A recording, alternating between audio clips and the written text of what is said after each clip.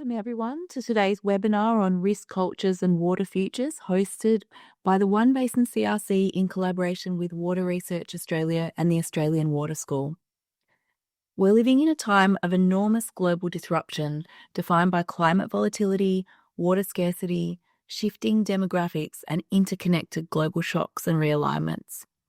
Risk cultures, the shared beliefs, values, and behaviours that shape how we perceive and act on risk, are under intense scrutiny.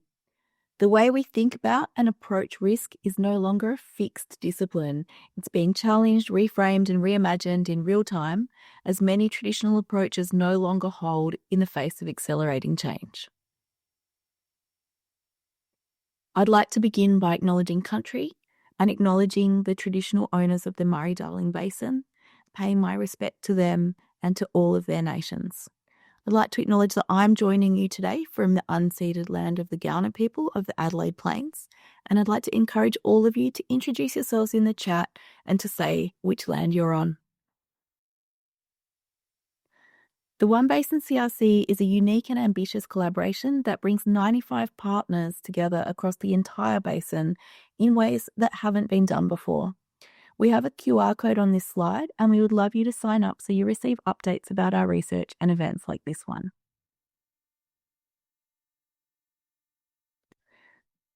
I lead one of our 4 streams of research. I lead the program on foresight and decision making, and risk touches all of the 4 programs.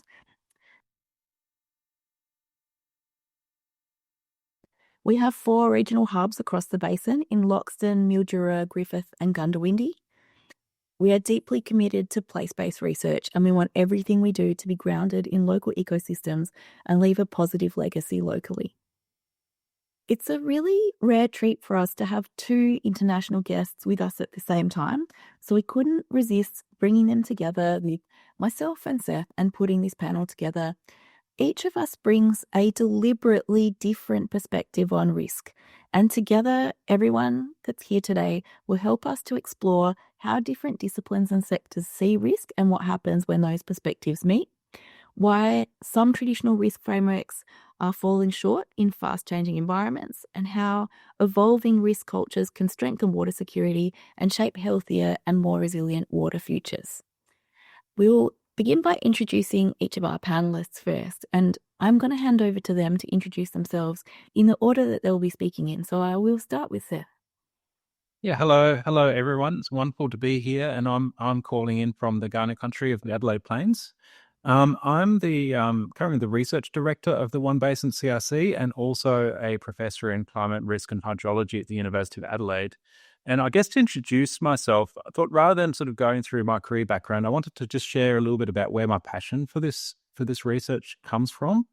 And for me, it's really come to a very formative experience that I actually had when I was in year 10 of high school, where my parents, grew up in Sydney, but my parents took me for a year to a small town on the edge of Mozambique and Zimbabwe called Mutare. And I did my work experience for Plan International, which is an NGO in Zimbabwe. And I got to basically go around community. Plan International was sort of asking people, what their self-identified needs were, going into community and talking to local leaders within those communities. And always water security, drought preparation, those sorts of things always came up. And then my own lived experience was in the house that we lived. The water utility would regularly shut off the water on a Friday, usually for the whole weekend. They just say, we're just turning it off because we're in drought. We've got restrictions. We'll turn it off. We'll turn it back on Monday. And so that sort of experience of regularly sort of filling up all our pots and jars and bathtub and all that kind of stuff, which would completely be unacceptable in Australia. And so somehow those experiences have really sort of stayed with me and have led to a whole career around water and particularly sort of dealing with risk and uncertainty as it relates to water. So yeah, that's me, Ariella. Thank you so much, Seth. Over to you, Vaughn. Great. Hello, everyone. I'm Vaughn. I'm actually calling you from Adelaide, which is also in Kaurna country, but I'm from Singapore originally, and I'm based there, and also a bit in France. I think I'll do a sort of an introduction of where I come from in terms of what we're talking about today during the presentation itself, because I think it's relevant. I'm not in the water industry. I come from outside of it, but I do a bit of work with the nonprofits sector, also with multilaterals and governments. So I'm hoping that there may be some areas in which the work that I do is relevant to you all. So over to you, Ariella, again. Thanks, Laura. And Lina, over to you. Hi, everyone. I'm Lina Srivastava. It's such a pleasure to be here with you. Like Vaughn, I don't work directly on water, but water and climate justice and environmental defense forms quite a backbone of the work that I do that I will tell you about when I do my talk. I'm here in Adelaide as well, so on Ghana country. I'm here because of a fellowship with MAUD and a sponsorship of BHP.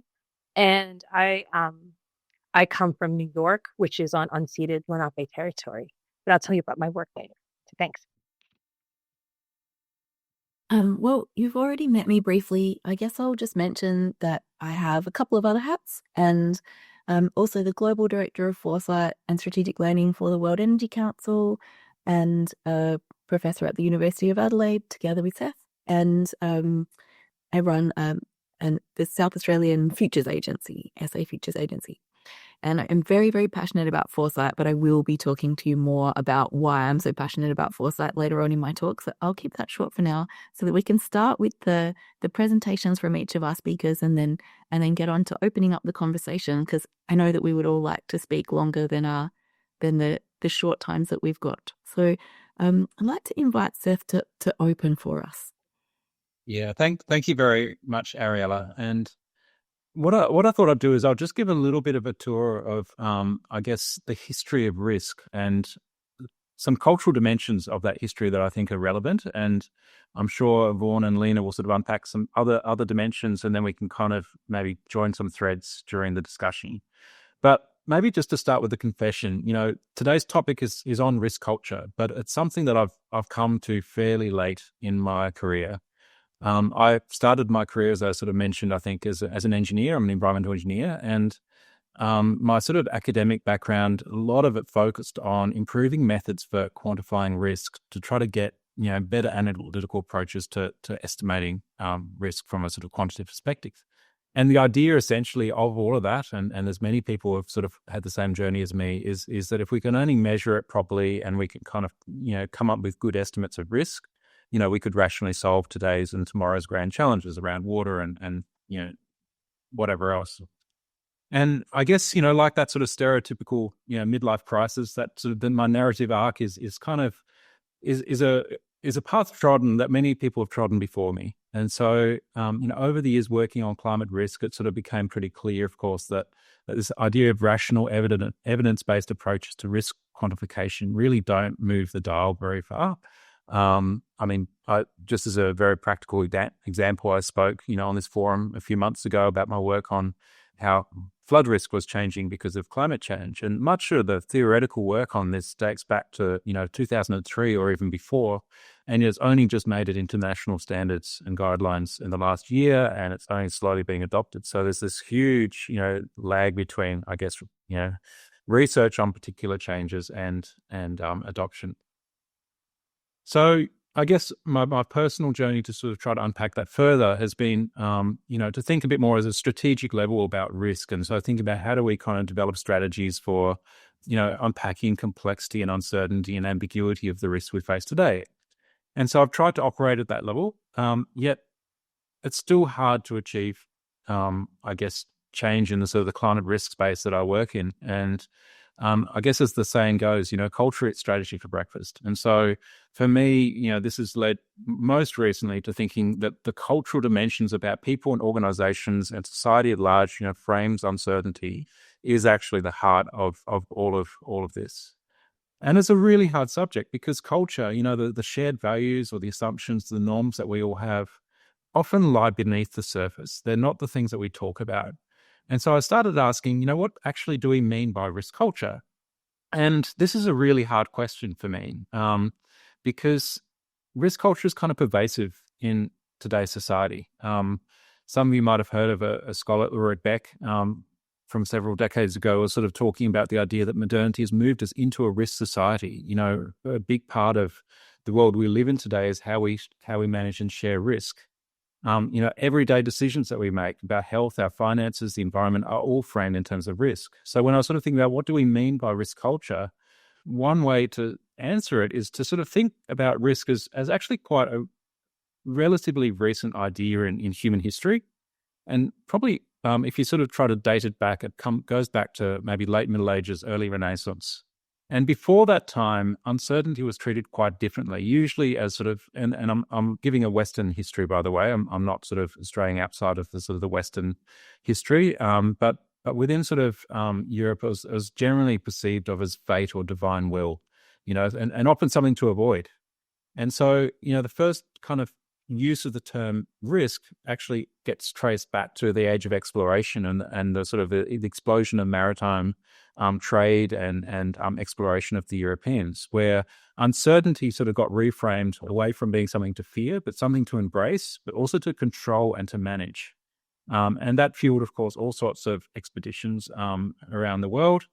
And of course, it's a very dangerous, risky activity and prone to accidents, as you'd imagine. And so, so to enable seafaring at scale, insurance also kind of came about, Lloyd's of London and so forth, and revealing ways, I guess, of dealing with uncertainty in practical ways. And that was critical for enabling ventures like the East India Company, for example, to, for better or worse, start seeing the links between risk culture and the project of colonialism, actually, and how Western colonialism occurred through the way risk was managed and hedged and enabled international trade. So it's kind of a big story, really. And of course, it didn't sort of emerge in isolation. It sort of came in a broader history of time when science itself was kind of evolving and really started to think about reducing problems to kind of measurable quantities. And so sort of the idea of measurement, systematic quantification, control, those were all the sorts of things that were swirling around at that time.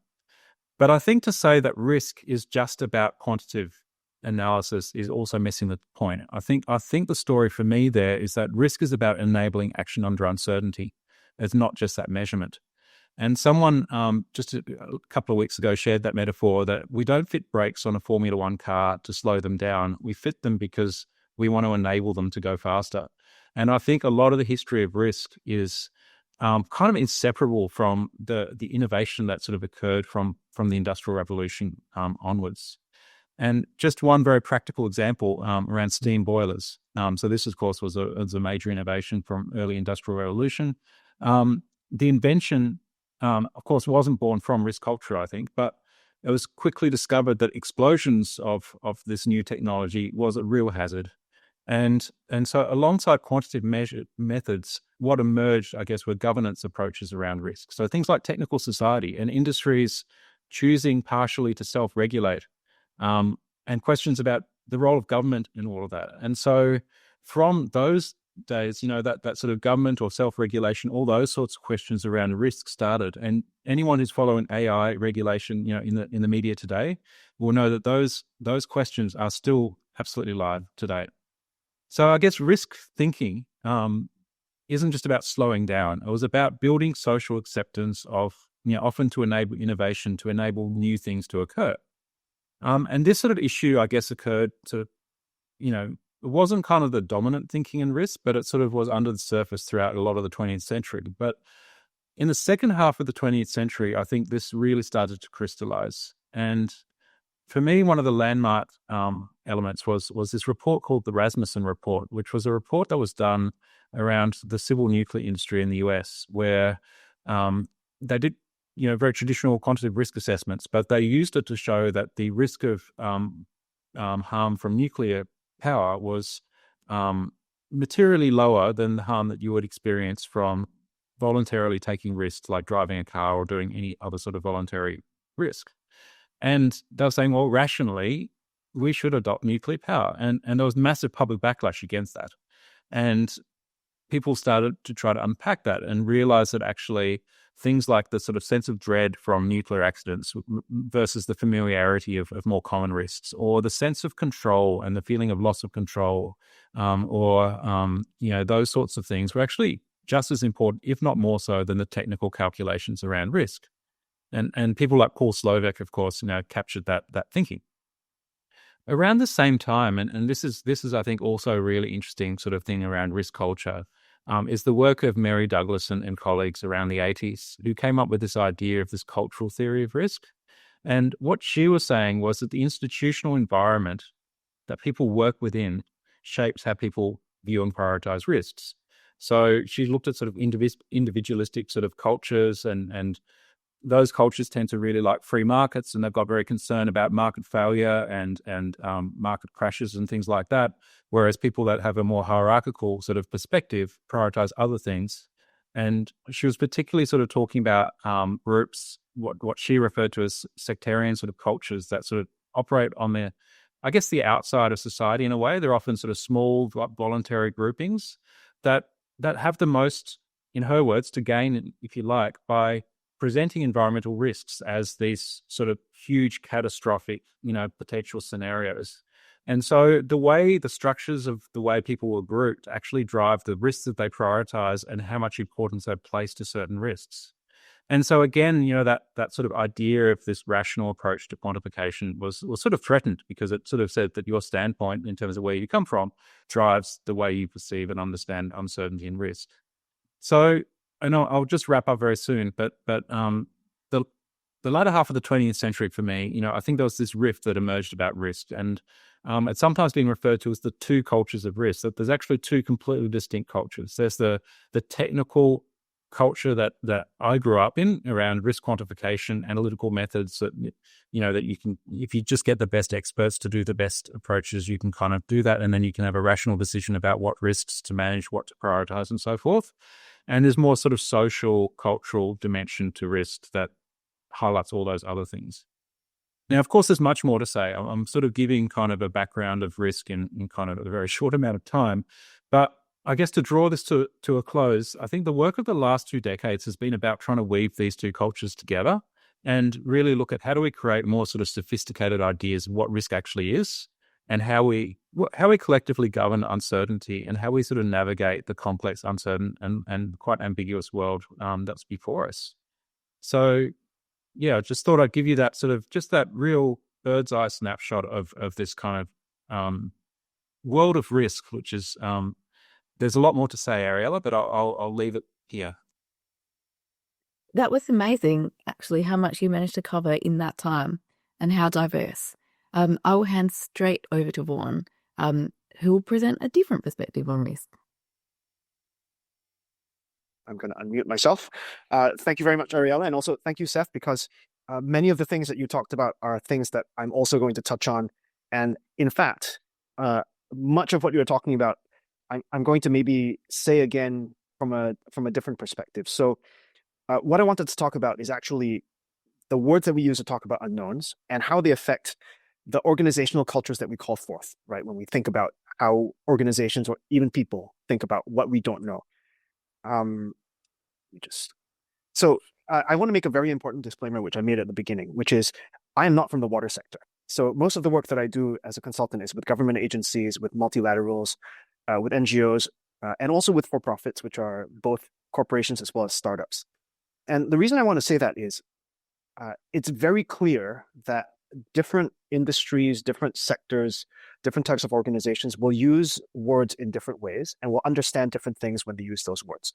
So the kinds of people I work with are people like this, not the water sector organizations. So because I'm not from there, I have a view on things, and I've got 15 years of focusing solely on how organizations think and act when faced with partial knowledge. And to Seth's point, a lot of this is cultural, right? And as a sociologist by training, culture means things that you do instinctively without thinking about why you do them.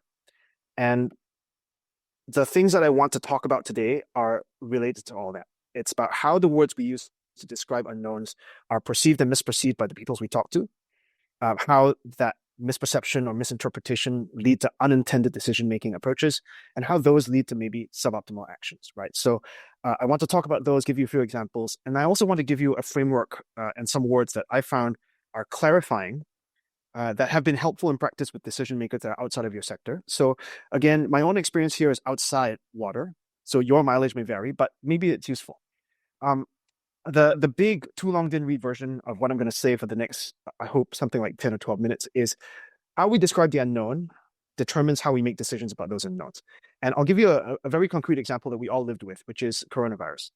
If you recall, back in early 2020, we really had no idea what this thing was. If you're thinking about February or January 2020, there was this virus. It shut down this big city in China. We didn't know really what the virus was. We didn't know how it spread. We didn't know how deadly it was. And yet, in February of 2020, the World Health Organization issued a recommendation. And the recommendation was weird. It was a recommendation against applying travel or trade restrictions to international travel. And this is strange, right? Because why were they recommending against something like this at a time when there was huge unknowns about what was going on with this potentially very deadly virus that had shut down an entire massive city in China, much bigger than most European cities, for example? The reason for this, the rationalization, was that they'd done a careful risk assessment. And as it turns out, they did a careful risk assessment that was a cost-benefit analysis. And the cost-benefit analysis, some of the major inputs were epidemiological numbers from SARS, which later on we discovered were not very similar to the epidemiology of COVID. So the cost-benefit analysis was basically, it will cost more than the benefit to shut down travel and trade, so don't do that. And as it turns out, from looking at just world GDP numbers around that time, this maybe was not the best decision. So is a careful risk assessment of the type that is a cost-benefit analysis the right tool for a job when the unknowns are not really quantifiable in a way that fit into this kind of marginal analysis? My thought right now, my interpretation is it's not the right tool for the job. The reason I bring up that example is this is what tends to happen when we describe as risky, a situation that is unknown in a way that can't be quantified accurate. In other words, this is what, from my tradition, which is the 19th tradition, we would call a truly uncertain situation. I'll give you another example, which is in a completely different context. So this is the kanji for a color. In older Chinese and also a little bit in modern usage of Japanese, this color is actually both blue and green. That character is the character to describe how blue the sky is, but also how green the grass can be. So if you are speaking to someone who thinks in this way and you're using, for example, Google Translate to give them instructions to defuse a bomb, and you tell them to be very sure to cut the blue wire, if you cut the green wire, you'll blow us all up, this might be problematic. When I used to work at Google, I worked on maps, and we had similar problems in the real world, right? We have places that have names, and those names refer to a particular place, but sometimes you've got two places that have the same name. You've got Abbey Road, which is an actual road, and you've got Abbey Road Station. So if you say, let's meet at Abbey Road, you might be 40 minutes away from the person you're trying to meet. The reason I want to say all those things is the descriptor for the unknown that we use leads us to take particular decision-making actions that are associated with that descriptor. And the problem with the word risk is that it has so many implicit meanings, and because it is so widely thought to be well understood, risk is often used without being defined precisely. And this is a problem when a lot of the definitions of risk are actually very different from each other. So like I said, I spent 15 years focusing really on partial knowledge, and so I've collected a lot of lay and professional definitions of what risk is. Only 9 of at least 16, right now I've got 17 or 18 of them, are on the screen at the moment. But they're all actually very different. They all mean different things. And when you say, this situation is risky, let's make some decisions, it's actually really important to say which kind of risk you're talking about or what kind of unknown. I prefer the phrasing, what kind of unknown you're dealing with. And so when you're using the word risk, if you don't give a huge amount more context about what kind of not knowing you're referring to, at least in my experience, I usually have no way of knowing exactly how my audience defines it and understands what I mean. The problem here is, and again, this is just my experience, for very senior decision makers, I usually know how they will act when they're faced with a risky situation. It's like this, right? Oh no, we've got this novel virus. We know nearly nothing about it. Whatever shall we do? And then the response is, oh, what a risky situation. I know just the thing. And it's a cost-benefit analysis. Not always, but usually it's the case. So in every case I've been involved in with really, really the best intentions, the decision-making approach that is appropriate for quantifiable unknowns, that's the one that gets used, right? And there's a reason for this. It's because quantifiable unknowns are calculable and insurable. I think this goes a lot to what Seth was talking about, which is the idea that risk is something we can deal with, optimize, insure against by knowing it well enough. That enables a whole bunch of stuff. I'm going to talk about a little bit more about that a little bit in a while. But the very fundamental, very visceral thing about talking about unknowns as if they are calculable and insurable is that this is a comforting way to think about things we don't know. Unfortunately, the only things that are truly, genuinely like that are games. And even games that are truly risky, like chess, where you know all the possible states in advance, or Go, where you also know all the possible states in advance, some of those games are so complex that humans can't deal with them. Our processing power is inadequate, right? Only with things like flipping a coin or tossing a fair dice can we say, okay, heads, tails, 50-50, or, sticks will show up 1/6 of the time on dice. We can process that kind of thing. But this is the simple world of quantifiable unknowns. Other kinds of unknowns are really unquantifiable and uninsurable. The past can't really teach us about these things. And these unquantifiable unknowns are really, really uncomfortable. And these, unfortunately, are the kinds of unknowns that I think, certainly in the water sector, but everywhere else that I've ever worked, these are the kinds of unknowns that we're dealing with, right? Like gas pipes being blown up, or sudden entrance in a new technology space that completely destroyed business models for example, American AI companies, or crazy tech billionaires who take over the government, or viruses that take over the world, or floods in places where you don't have floods, or incredible wildfires of a magnitude you've never seen before. These are what, in a Knightian tradition, I would say are true uncertainties, right? When you don't know all the possible actions, or their outcomes, or their respective probabilities accurately or precisely, or the values of any one of these outcomes. I think the reason why decision makers default to those approaches that are good for quantifiable unknowns is they're really tractable. And unfortunately, this is true, even if the unknowns are not actually quantifiable, right? If the methods that they use for quantifiable unknowns are not truly applicable, they use them anyway. So the words we use to describe unknowns affect the tools we use to make these decisions and to take actions. And I just want to illustrate again the differences between the types of actions and outcomes we're looking for when we're facing quantifiable unknowns like risk and unquantifiable ones like uncertainty. When things are quantifiable and knowable, what you're really trying to do is make an optimal decision. You're trying to choose something optimal as an action to take in expectation. When things are uncertain, you really can't identify an optimal long-term outcome to aim for. What you have to do is you have to keep making sense of changing situations. You have to adapt and respond to change. And the tools that we use are also different. Cost-benefit analyses, expected value analyses, those make sense when the unknowns truly are quantifiable or approximatable as such. When things are truly uncertain, then the kinds of things that the futures community or the foresight community, for example, use maybe make more sense, right? Things like scenario exercises, implication analyses, experimentation at scale, having organizational slack that's not deployed. Those become the right tools for the job. Now, I'm going to try and wrap up very soon, but up till now, I've talked a lot about the downside exposure that we have from sort of miscategorizing unknowns as either quantifiable or unquantifiable. But I also wanted to talk, and again, this goes very much to Seth's point, about how when we mix up descriptors for unknowns, we also lose upside opportunity, because the long history of partial knowledge for us as humans is that partial knowledge gives us the possibility of making something brand new. I'll use an example which I love because I love art. It's that if you look at how great portraiture has been described over the centuries, if you think about how you look at great portraits in 1490, so that is a portrait by Da Vinci, and you ask a great art historian of the time, what will great portraiture look like hundreds of years from now?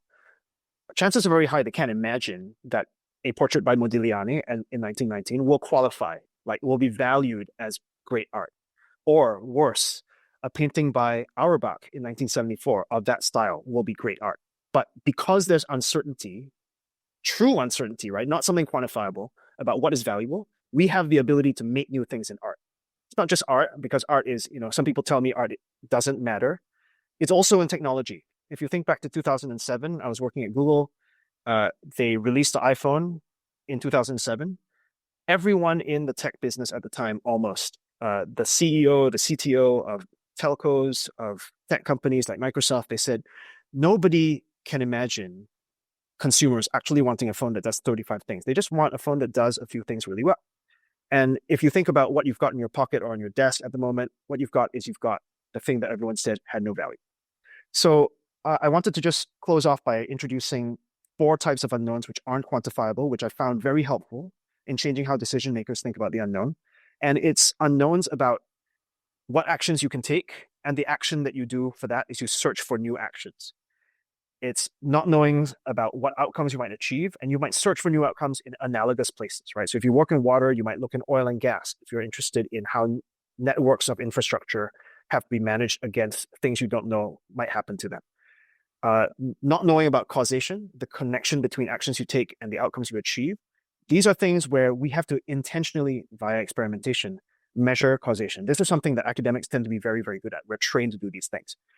The thing that we don't talk about very much is not knowing about what's valuable.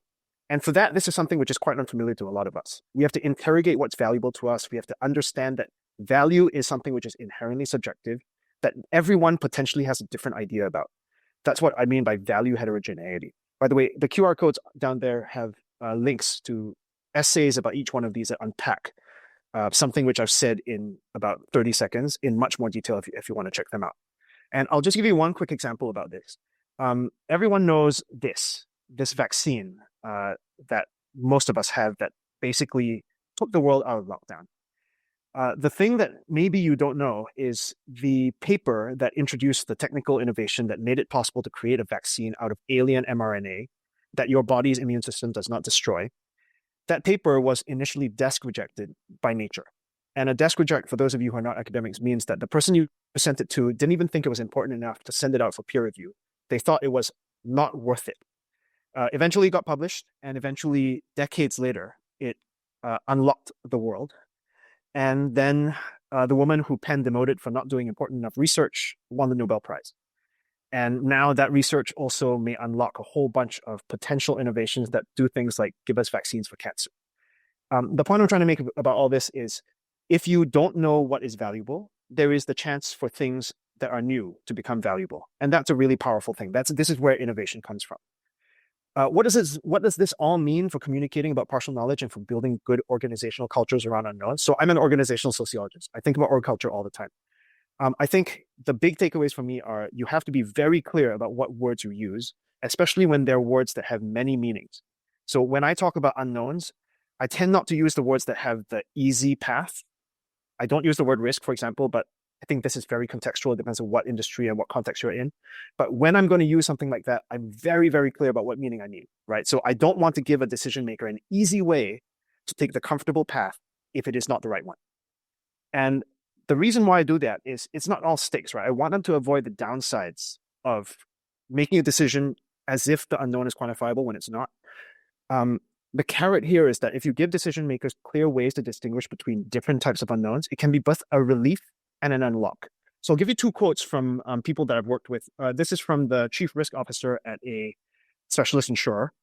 And he was telling me during a debrief from a training session I gave about the difference between risk and uncertainty for their risk team and their underwriting team. And he said it was really literally impossible for our risk team and our underwriting team to talk to each other and also to the board about our exposure to fire risk. Before there was this typology of not knowing as a shared vocabulary, right? As a result of this, they got out of fire risk in California in 2025, which saved them quite a bit of money.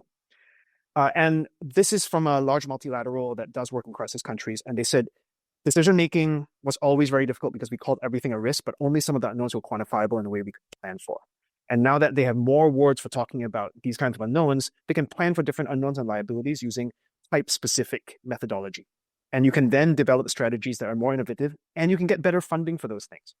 So just to wrap up, I just wanted to say, words matter, right? They really, really matter. When you talk about unknowns, defining the word that you use precisely is crucial. Precise definitions help you make better decisions. And precise definitions, therefore, let you avoid the downsides and also have more access to upside potential. And the quantifiable unknowns are really not the same thing as non-quantifiable ones. They refer to different types of unknowns and they call forth completely different decision-making approaches. And you need to force decision makers to recognize the difference and do those things properly. And I think good organizational culture is one that understands the difference between risks that are quantifiable and optimizable and uncertainties that can't be. And when organizational culture understands that, quantifiable risks need to be managed. We're not saying you don't deal with them at all. That's good. But it also has to understand that uncertainty is a fundamentally different thing that must be lived with in a different way. And if they do that, they're both able to avoid their downsides and also able to take advantage of their potential for innovation and change. So just if you want to take a screenshot of all these, feel free. This is more stuff. Again, that link brings you to more information. If anyone is interested in following up, very happy to do it. All the contact information is there. Anyway, enough from me. Thanks very much. Thank you so much, Vaughn. That was wonderful. And there's been great responses in the chat. Everyone's really enjoying it. I'm going to hand straight over to Lina. Thank you, Ariella. Thank you, Seth and Vaughn. This has been fascinating. I do not have a precise definition of risk. I'm going to be talking to all of you on the question of risk in the context of justice and equity, and how risk culture, the kind of risk culture that we're trying to cultivate, is one in which we step into justice and equity. So if you have any questions for us, by the way, please put them into the Q&A. There's a little function down there that you can use, and we'll be taking questions after this. So I am the founder and director of the organization called the Center for Transformational Change. We're based in New York City, but we are distributed, remote, and we work internationally. And same as Vaughn, I don't work in the water sector, but I work around questions of climate justice, environmental defense, and how collective leadership works in those realms. So the work that we do at the center, we're sort of a hybrid think tank, production studio, and convening body. And we work around three particular questions. The first one is narrative, like the lived experience of communities who are at the point of pain across displacement and climate change and inequality. So we uplift their narratives and use them for narrative change and narrative power. We also work in community, meaning community engagement and community power, cultivating that through different methodologies. And the third one is collective leadership. And that's why I'm here in Adelaide. I'm a fellow at Maud because of my work in collective leadership. And that's what I'm going to talk to you about today. So in the realm of collective leadership, I received a grant about 10 years ago from the Rockefeller Foundation to determine, to discover, to uncover the kinds of characteristics. What does leadership look like that is from community, in community, by community? And when I say community, again, it's the people who are closest. They're in the grassroots, on the ground, closest to the point of pain. What does it look like when they themselves are leading political, social, and cultural transformation? And so we studied that for about 3 years. I worked with the Institute of Development Studies in Sussex, UK, to start uncovering some patterns around what that kind of leadership looks like. And I will put into the chat, we have that framework available for all of you at tcleadership.org. So it's freely available to you to use. And it's a reflection tool and a strategic planning tool. And it's a tool meant to document the process of collective leadership, what it looks like when communities and groups lead this transformation. And it's also meant to bring a rights-based and a justice-based framework to the work of aid, development, and humanitarian work. So the pillars of the framework are 7 characteristics that we kept seeing over and over and over again. So those 7 characteristics, and they're characteristics, they're not definitions, they're not anything, they're sort of the way people show up to do this work. Number 1 is vision. Number 2 is empathy. Number 3 is perseverance. Number 4 is community, being community-centric. Number 5 is risk, and we'll come back to that. Number 6 is collaboration. And number 7 is mobilization. They're not sequential, they're just laid out that way, right? So it's not like, you're hitting each target. Again, they're vision, empathy, perseverance, community, risk, collaboration, and mobilization. And risk is part of the entire, like I said, we don't necessarily define risk. We are describing risk as a way that people step into the world, as a way organizations step into the world when they are doing the work of transformation. So let me tell you a couple of stories in the realm of water. The first one is one of the people that we profile to demonstrate the framework is a woman named Berta Cáceres. So she won the Goldman Environmental Prize for doing water activism work with her organization COPIN in Honduras. For this work of water defense, she was assassinated in March of 2016. She was assassinated while we were doing this work. Fareen Rahman was a woman in Pakistan outside of Karachi who was working with an informal community called Orangutan, trying to get land access and water access. She was assassinated in March of 2013. She's the reason we have this framework at all. She's the inspiration. This year alone, Dom Phillips and Bruno Pereira were assassinated for documenting the process of environmental degradation in the Amazon for doing water defense work again. In 2022, it was determined that every other day, one environmental activist was assassinated. And they're mostly coming from indigenous communities in Latin America and Philippines, elsewhere. This is not the problem set that you all, in the work that you do, right, in water management and water access and water defense. Thankfully, I don't think this is happening that often in Australia, and I hope it never does. The reason I'm telling you these stories is because the work that you do in making sure that people have access to clean water is noble. Okay.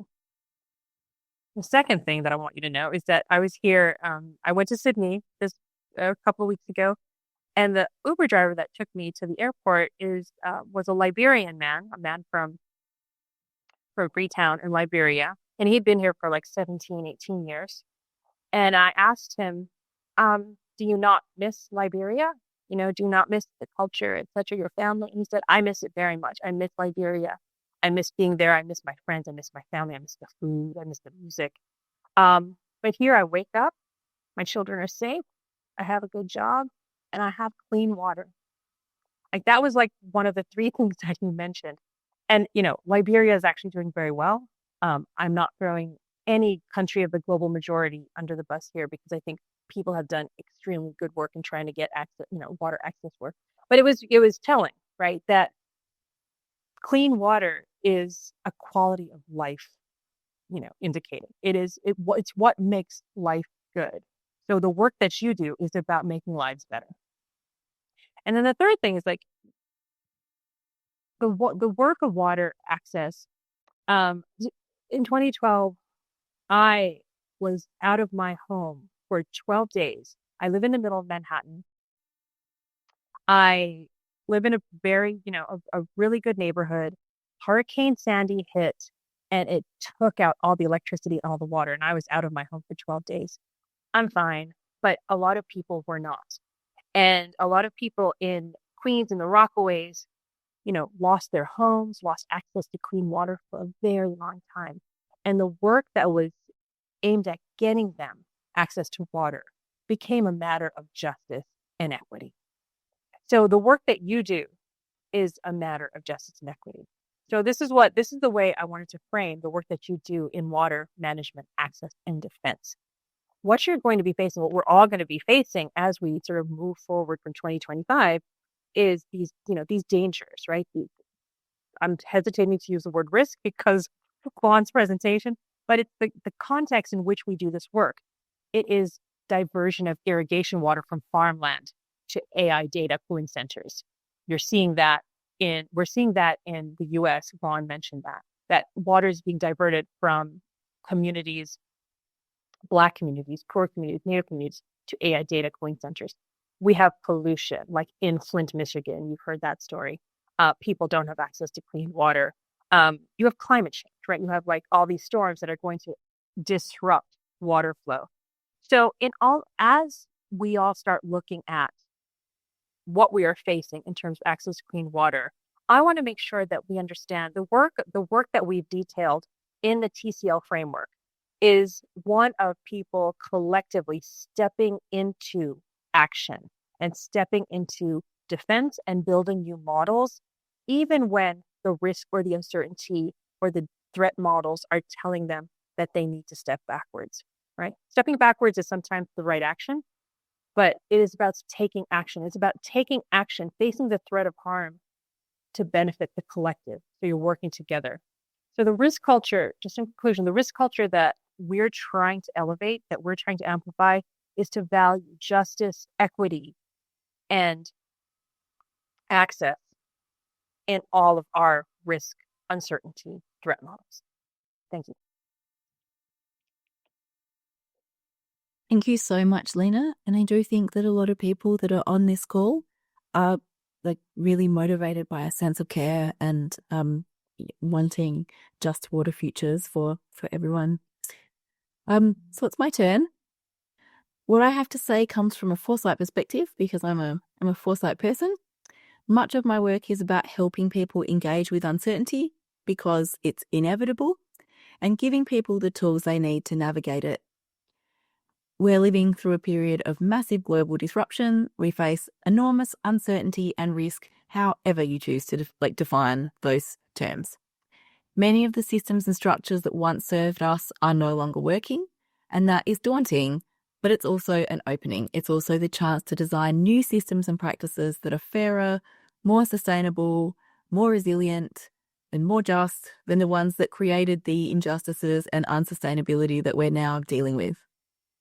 And the hard truth is that no expert, no matter how smart they are, and no AI, even with vast data, can take away all of the forms of not knowing. We can't eliminate completely all of the uncertainty and risk and make the world certain or optimizable. So what we need are skills as individuals, organizations, and societies in how to live with and navigate uncertainty or the different types of not knowing that everyone has been discussing today. And that's actually exactly where foresight comes in. It's a practice that teaches people to pay attention to signals and signs of change and to look for patterns as they're emerging.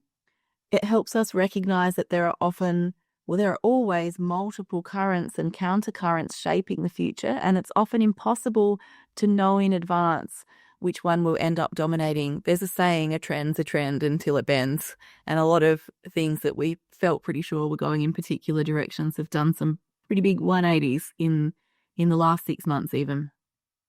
So what we can do is explore multiple plausible scenarios and make decisions that minimize our maximum regrets across the spectrum of scenarios that we consider relevant, that we can imagine, even though we can't predict or know in advance or necessarily even put probabilities on those scenarios.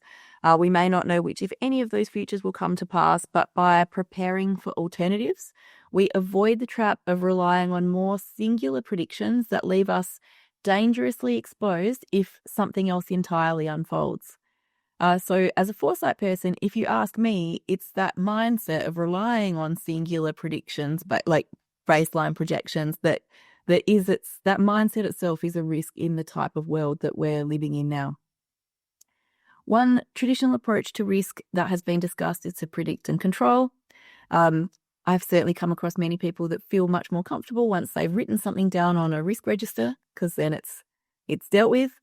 The alternative, and the one that foresight really helps us cultivate, is to continuously anticipate, navigate, and innovate.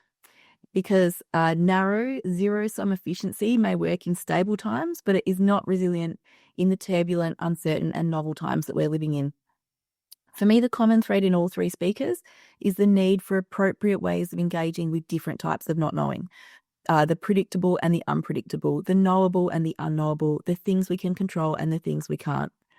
None of the speakers before me disagreed on the value of distinguishing different kinds of not knowing and equipping ourselves with the right tools to handle complex, systemic, and often unpredictable change.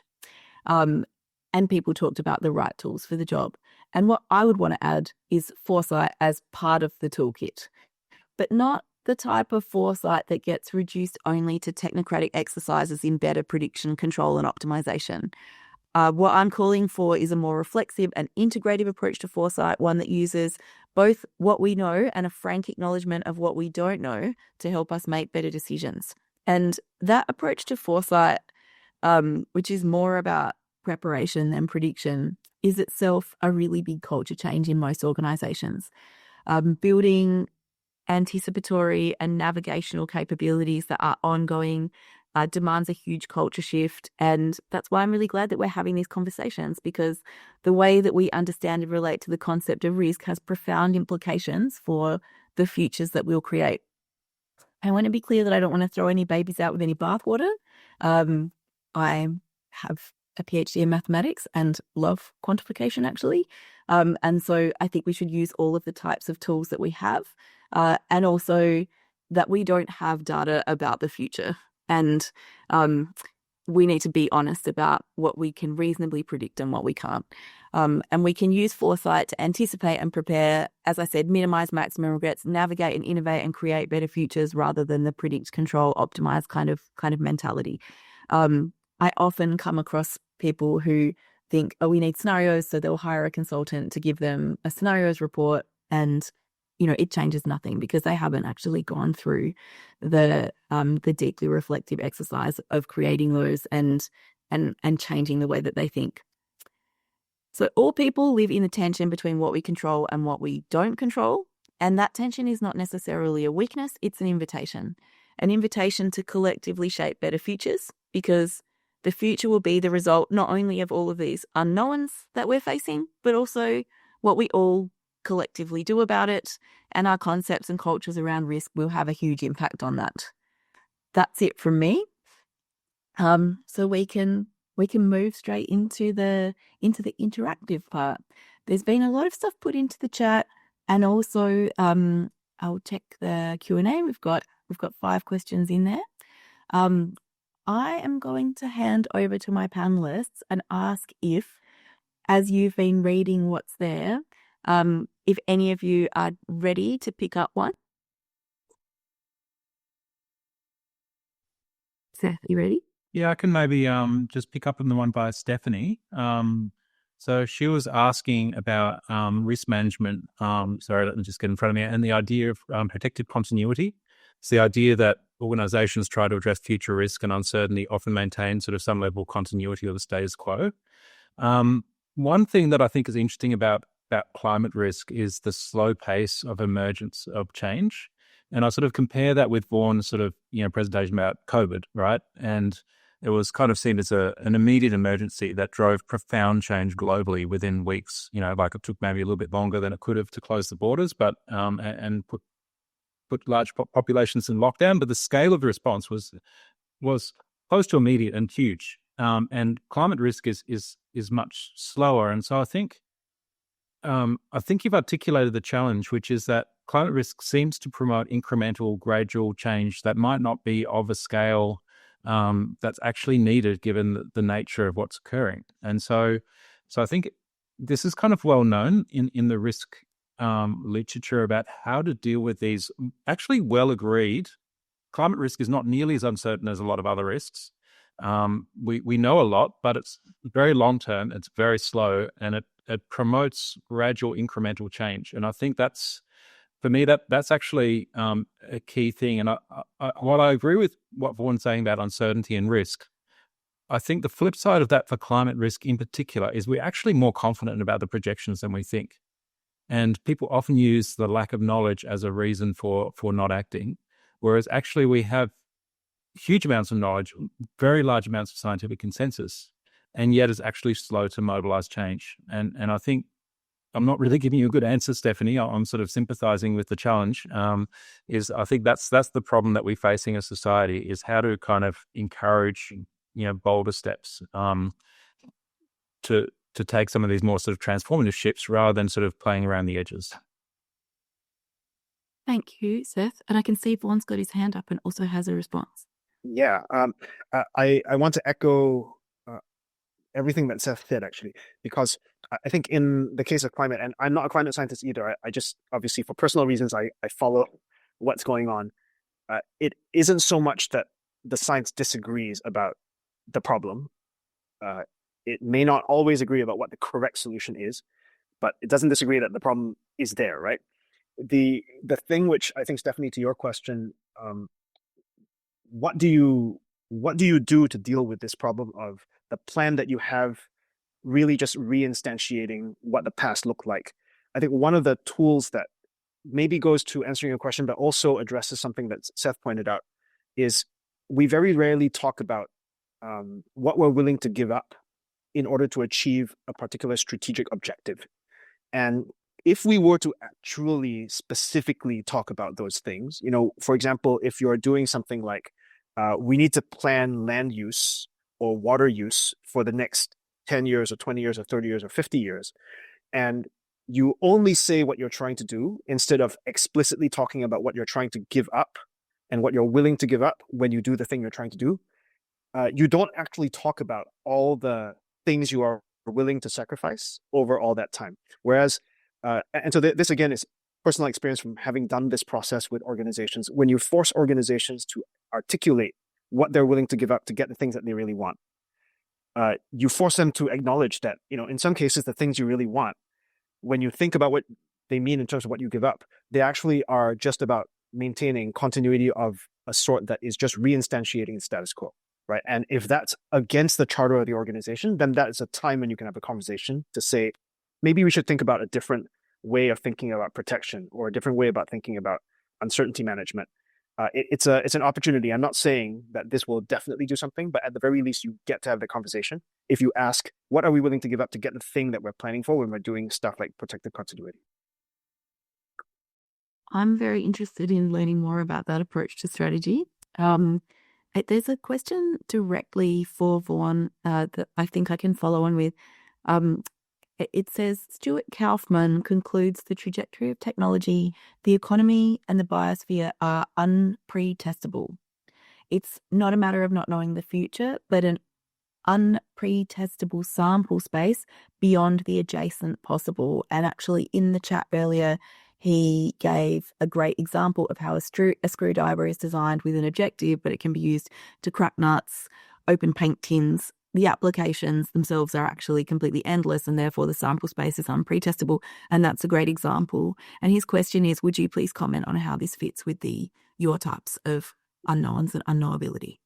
Yeah, absolutely. So I think another set of vocabularies for doing this comes out of like the design thinking and design theory worlds, where technologies or objects have affordances, right? Things that they allow you to do that are part of what they are. For example, a screwdriver has the affordance of, if it's designed as a Phillips head screwdriver, it allows you to like turn a screw that has an engraving in the head that is shaped like the little cross, but it can also be used for stabbing someone or for cracking a nut or whatever. These are all the affordances of objects or tools or technologies.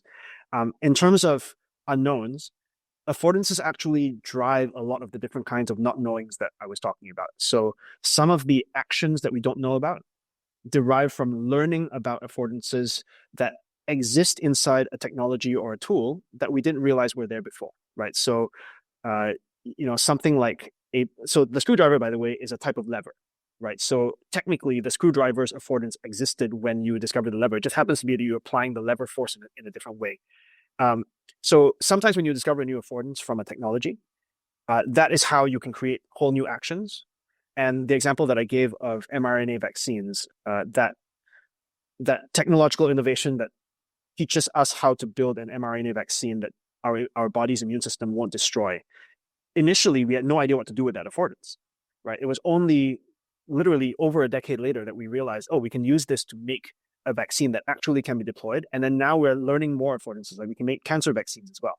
So these kinds of the word, I think if you do mean unpretestable, I would agree with that. I would say not all affordances of technologies are known when the technology is developed. Sometimes they show up when you use the technology in unexpected ways, or when the environment changes, or when outcomes that were not valuable before become valuable. Generally, these kinds of affordances change the not knowings about actions that are possible. They change not knowings about outcomes that are possible. They often change causation. And then frequently they change what things are valuable. And so they affect all of them, but in different ways. And there's actually a specific essay about this that's on the website. And if you're interested, I can certainly send you a link to that. Thank you so much, Vaughn. I have one last question to direct towards Lina, so that each of our panelists has had an opportunity. to respond to the chat. So Bart has said, individuals will accept greater risk for activities they undertake themselves, e.g. driving a car, than for activities that are imposed on them, e.g. the overtopping of levies in a flood. This leads to conflict when individuals are asked to contribute to reducing communal risk, e.g. reducing greenhouse gas emissions, say, by eating less dairy products, or all of the ways that we could do that in order to reduce the shared collective risks of global warming. And I think because of your specialization in the collective, that you might have some insight, Lina.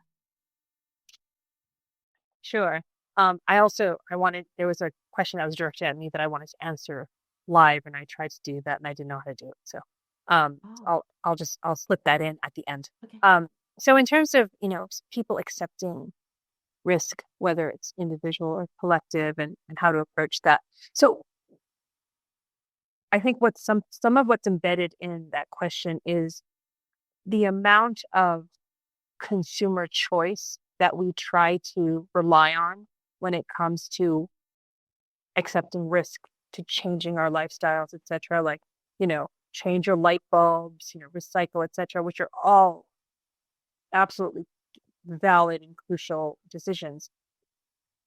The way communities respond collectively is more of it's to respond to structural issues, right? So that when you're talking about the overtopping of levees, or trying to respond to things that are imposed on them, these are structural issues.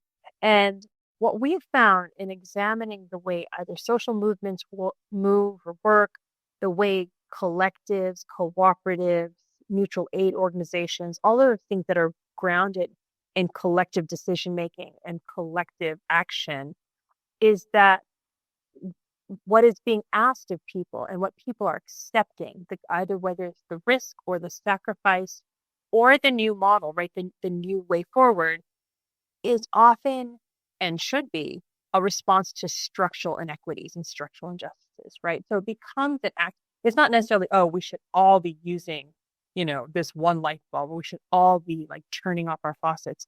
That is absolutely, that's a question that we should be asking. But the collective brain is really one about addressing the structural inequities here, right? And I think we have to remember that often people are asked, and often people bristle at the need to change little behaviors, or the way they find joy, or the way they do things on a day-to-day basis.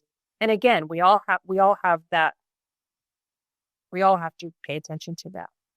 But collective action and collective leadership is the way we're going to navigate, right, the oncoming risks here, is to attack these structural inequities, these structural injustices, these things that are imposed on poor societies, poor communities, rather.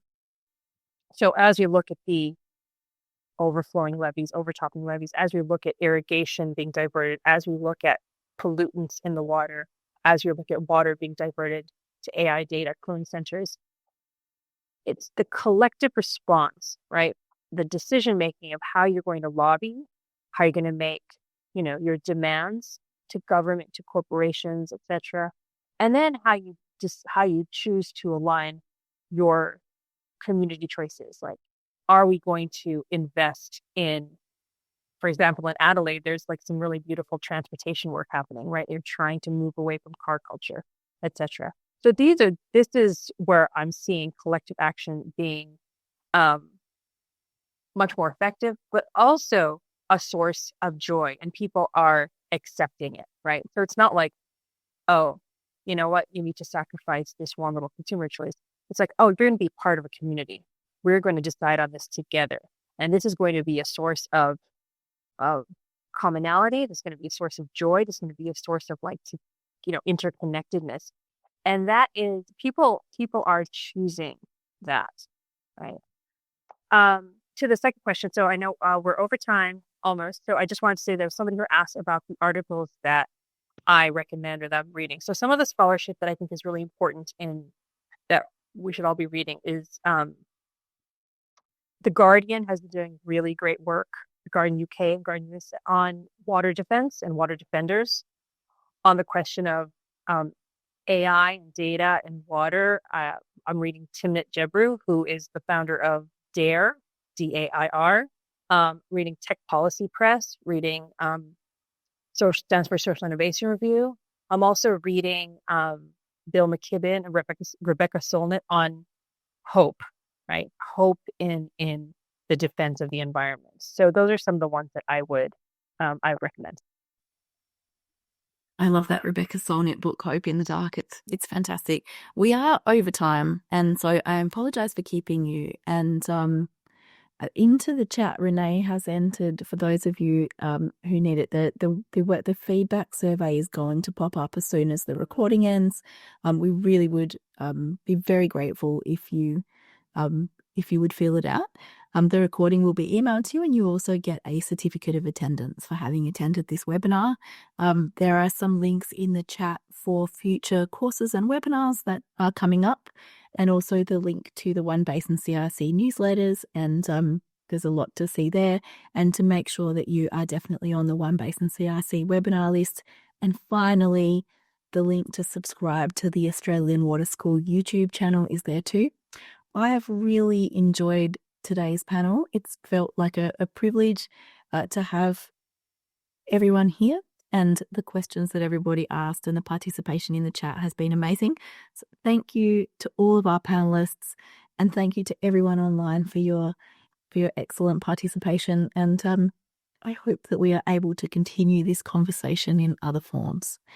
I will say thank you and bye for now.